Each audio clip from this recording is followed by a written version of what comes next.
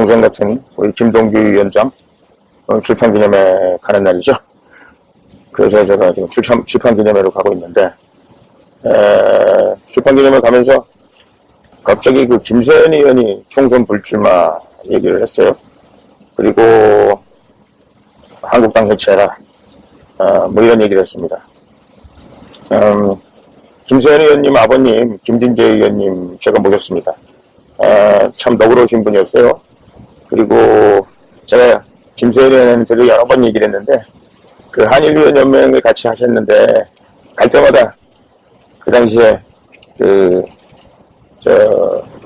10만원, 그리고 우리 한국 돈 따지면 100만원이죠. 이제 저 이쁘다고 그 국수 사 먹으라고, 자루소바 사 먹으라고 10만원씩 주신 기억이 나고요. 또 실제로 밤에 이제 잘나고 그러면 저희들 깨워서 일본의 그 맛있는 그 뭐 400년 된 300년 된 뭐 그런 자루소바집 있잖아요. 그런 데 데리고 가서 우리 또 사주고 그랬어요. 그 어른이 굉장히 재밌으신 분이죠. 2명 뽑을 때인데 그분이 이제 말하자면 뭐 연설도 못하고 뭐 어쩌고 그래서 2명 뽑을 때 떨어졌던 걸로 저는 기억하고 있습니다. 그래서 그분이 이제 뭐 이제 그런 에피소드도 본인이 말씀하셨고 잘 치부시면서 이제 5선까지 됐어요. 그래서 우리 김진재 의원이 저희 아버님하고 같이 국정을 했고, 또 제가 김진재 의원하고 같이 국정을 했고요. 2대에 걸쳐서 했는데, 또 그 인연이 이제 김세현 의원도, 제가 김진재 의원과 김세현 의원하고 같이, 의정생활을 하게 되네요. 제가 에피소드입니다만은, 제가 이제 사무총장 할 때, 김세현 의원을 제가 발탁했어요. 김세현 의원하고 꼭 친해보고 싶더라고요. 아버님한테, 신세도 좀 갖고 싶고, 또, 기본적으로 하여간 이분이 서울대학도 나오시고, 미국가서 박사학위도 받고, 아주 얌전하고요. 뭐, 나무랄 데 없잖아요. 그래서 제가 사실 부총장으로 계셨는데, 제가 뭐, 정말, 꼭 사귀고 싶은 의원이라 그래서, 제가, 김세현 의원한테 아주 최선을 다했죠. 그리고 제가 아버님 돌아가실 때도 갔어요. 부산까지 직접 가서 제가 문상을 했고, 그 당시에 뭐, 김세현 의원을 만났습니다만, 그 당시 김세현 의원 정치에 입문하기 전이라 아마 잘 모르셨을 거다. 제가 온 거에 대해서 잘 몰랐을 수도 있다는 생각도 하고요. 그 한승수 총리, 그 장인어른, 하고도 또 인연이 있습니다. 그 한승수 총리가, 이제 저희 그 젊은 사람들 많이 이뻐해 주시고, 뭐 이런저런 말씀도 해주시고, 밥도 사주시고, 뭐 그랬던 기억이 납니다. 그럼에도 불구하고, 우리 김세현 의원이 오늘 불출마한다는 거 굉장히 안타깝게 생각합니다. 정말. 저는 김세현 의원 같은 분이야말로 우리 이제 정치권에서 앞으로 무럭무럭 성장하셔서, 대한민국 정치의 대들보가 됐으면 좋겠다 이렇게 생각했던 분인데, 솔직히 탄핵했을 때 조금 섭섭했어요. 뭐, 정말 나무랄 것도 없고, 모자랄 것도 없는 사람이 왜 탄핵을 했을까. 근데, 유승민 의원이 대학 선배였어요. 그래서 아마 저보다 유승민 의원하고 친했죠. 그래서 제가 보고 샘내기도 했습니다. 사실은 우리 김세현 의원은. 그런데 김세현 의원이 사실은 은퇴하면서 이제 다음에 또 돌아올 기회가 있어요. 이분은 이제 젊은 의원이기 때문에 제가 보기에는 부산 시민도 그렇고 대한민국 정치권에서 언젠가는 러브콜을 할 것이다. 그렇게 생각합니다. 국회에 가면서 반듯하게 잘했던 그런 것들 때문에 다시 또 컴백할 날이 있을 것이다. 아마 본인도 지금 이 판에 그냥 알비기관으로 이러고 있는 바에 선대에서 물려받은 회사 잘 운행하고 있다가 나중에 컴백하는 게 낫겠다. 뭐 그렇게 생각하실지도 몰라요. 굉장히 잘 생각하신 거라고, 어떤 면에서는 잘 생각하신 것이다. 그런 생각을 합니다. 그런데 김세현 의원이 그만두면서 일가했잖아요. 우리 황교안 대표, 나경원 대표 물러가라. 그리고 한국당 해체하라. 이거 잘 들으셔야 돼요. 저는 김세현 의원이 정확하게 봤다고 생각합니다. 지금 한국당이 이렇게 오가지 잡탕 이런 것도 아니고 저것도 아니고, 미안합니다만 황세모 정당 가지고는 대한민국의 보수의 그 적자로서 장자로서 역할 이미 끝났잖아요. 그 역할 못 하잖아요. 그래서 우리 공화당이 지금 이렇게 난리치고 있는 거 아닙니까? 기분 좋을 때는 황희정승이라고 그러고요. 나쁘게 말할 때는 황세모라고 얘기하고, 더 나쁘게 얘기하는 게 있는데 제가 그거는 이제 얘기 안 하겠습니다. 그냥 황모라고 얘기를 해요. 그런데 하여간 어찌되었든 그렇게 뭐 이것도 좋고 저것도 좋고 이것도 아니고 저것도 아니고 그런 태도를 가지고는 보수 우파를 일으킬 수 없어요. 특별히 뭐 탄핵한 사람들 당신 잘했다. 그러니까 탄핵의 원흉 중에 하나가 황교안이다. 이런 얘기를 듣는 거예요. 원인이 억울할지 어떨지 모르겠습니다만은. 그래서 지금 한국당이 저도 김세현 의원하고 똑같이 생각합니다. 해체하세요. 해체하면 유승민도 해체됐잖아요. 우리 공화당도 해체하죠. 다 해체해서 색깔이 맞는 사람들끼리 모아서 하자. 그래서 다시 뭐 탄핵을 했던 걸 잘했다고 생각하는 사람, 저는 그 사람들은 보수라고 생각하지 않습니다만 자기들이 꼭 보수라는 말을 쓰고 싶으면 보수 좌파라고 그러든지 아니면 뭐 중도 좌파라고 그러든지 뭐 하여간 중도라고 그러든지 그걸로 하나. 그리고 우리 공화당 탄핵 잘못됐다. 그런 거 하나.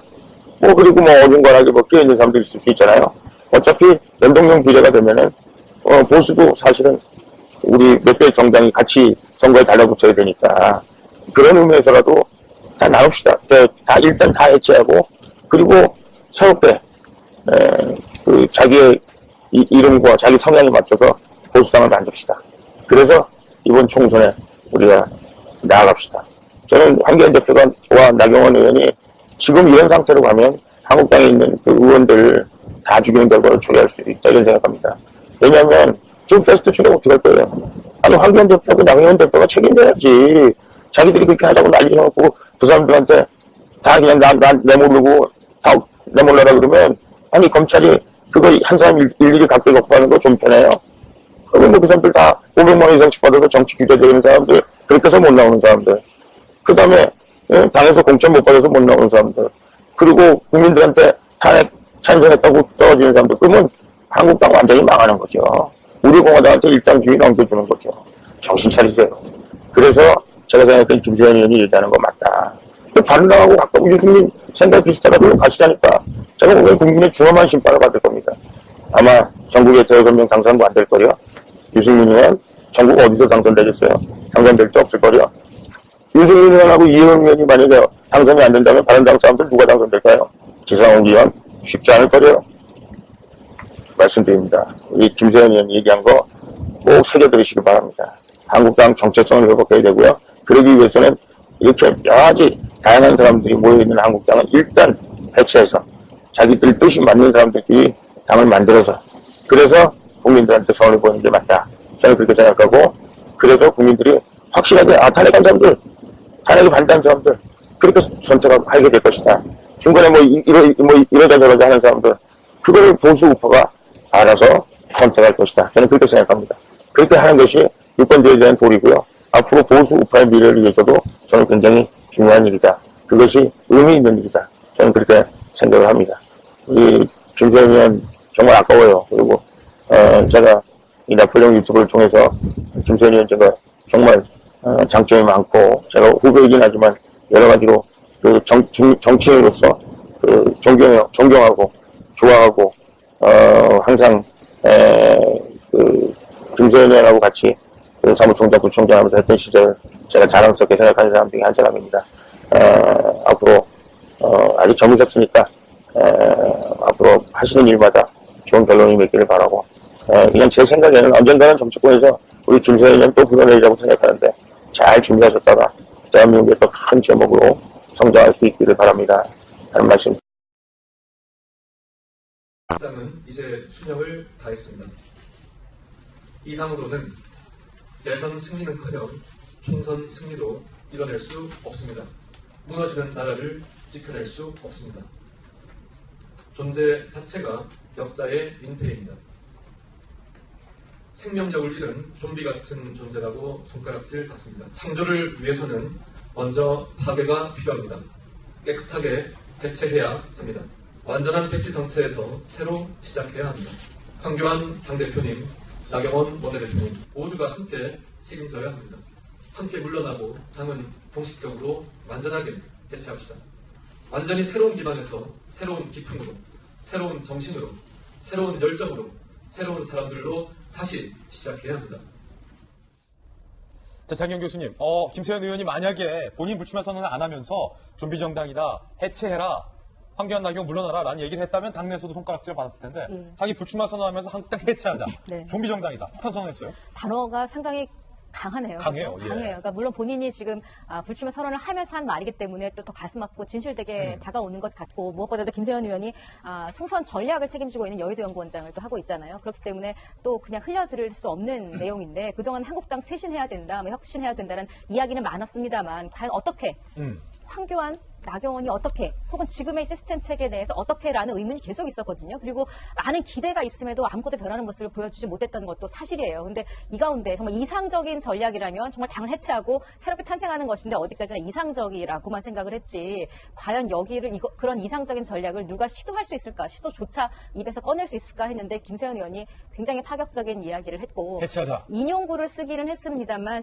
생명력 잃은 좀비라는 표현도 사실 굉장히 강력한 표현이었었거든요. 그렇게 다른 사람들이 손가락질을 한다라고 인용을 썼긴 했습니다만, 존재감 자체가 없고 이대로는 무너지는 나라를 구할 수가 없고, 여기서 사실 좀 애국심도 느껴지는 발언도 했어요. 굉장히 단어 하나하나가 조심스럽기도 하지만 강력한 의지를 담고 있다는 생각이 드는데, 심지어는 한국당 이대로면 충성 2번 하고 없어진다, 자멸한다는 이야기도 있었거든요. 그래서 아마 본인의 의지는 굉장히 강한 것 같고, 한국당에서 김세현 의원이 이런 말을 함으로써 한국당 내에서도 물론 그 긴장감도 있지만 여러 가지 생각이 있겠지만, 제가 볼 때는 이 발언으로 또 더 긴장할 것은 바로 민주당이라는 생각도 듭니다. 예, 역설적으로. 그러니까 지금 뭐 임종석 전 실장이 그만두면서 민주당 역시 또 쇄신하려고 하는구나, 이렇게 나오고 있는데, 둘을 같이 비교한다면 저는 김세현 의원 쪽이 지금 조금 더 저한테는 더 큰 충격으로 다가오거든요. 예. 근데 만약에 한국당이 김세현 의원의 이 말을 출발점으로 정말 무언가가 이상적으로 흘러간다면, 민주당은 또 거기에 더한 혁신이나 쇄신을 하지 않으면 지금 이 분위기 속에서는 정말 갑자기 뭐가 어떻게 될지 모르는 상황으로 치달을 수도 있다는 생각이 들어요. 그래서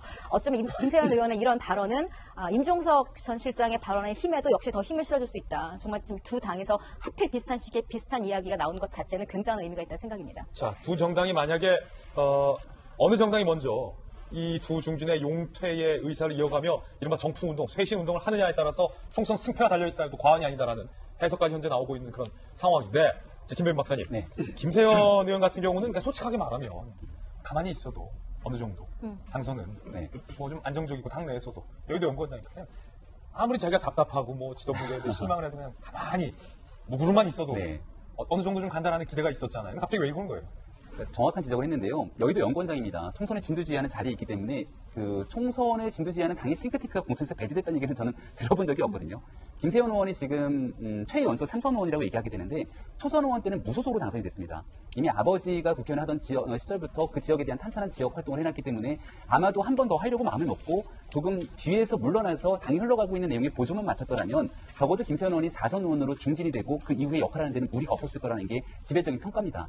제가 개인적으로 김세현 의원은 조금 압니다. 김세현 의원이 꽤 오래전 기간부터 여의도 연구원장을 맡고 밖에 있는 가감없는 국민의 목소리들을 당 지도부에 계속해서 전달해왔던 활동들을 했던 걸로 알고 있어요. 그렇다면 지금의 자유한국당이 물론 문재인 정부에 저항하고 있는 세력으로서 제1야당이 굳건한 역할을 하게 됐다라고는 긍정적인 평가도 있습니다만은, 조금 더 중도로 외연을 확장하고 여기에 대한 변화와 쇄신과 혁신을 바라게 되는 국민의 목소리를 받아야 된다라고 하는 목소리를 김세현 원장이 줄기차게 전달했는데, 여전히 당의 지도부는 그런 목소리를 담아내지 못하고 있다라고 하는 자괴감과 한계를 느꼈던 것 같고요. 여기서 본인조차 이런 목소리를 내지 않는다라면 당은 그저 그런 방식으로 또다시 내년 총선을 치르는 것이 아닌가에 대한 심각한 위기감을 가졌던 것 같습니다. 지금 김세현 원장이 얘기하기 전까지만 하더라도 우리가 보고 있었던 굉장히 중요한 대사는 네가 가라 하와이였거든요. 네가 가라 하와이, 홍준표 전 대표. 서로가 삿대질하게 되면서 네가 가라 험지 출마 얘기하게 되면서 당이 다시 한번 난장판으로 휩쓸려가게 되는 모습들을 지켜보면서 최소한의 부끄러움도 없는 것이 지금 현재 한국당의 현실이 아닌가라는 생각을 했던 것 같고, 본인 스스로가 여기 대해서 자기의 직을 내려놓음과 동시에 앞으로 있게 되는 총선에서의 쇄신의 과정에 깃발을 들겠다고 한 만큼, 일각에서는 과거 오세훈 전 서울시장이 초선 의원을 끝내면서 불출마하게 되고 쇄신과 정풍운동에 깃발을 올렸던 상황을 연출하게 된다라는 의견도 있는데요. 과연 한국당에 과연 어느 정도의 울림으로 나머지 있는 구성원들이 화답하게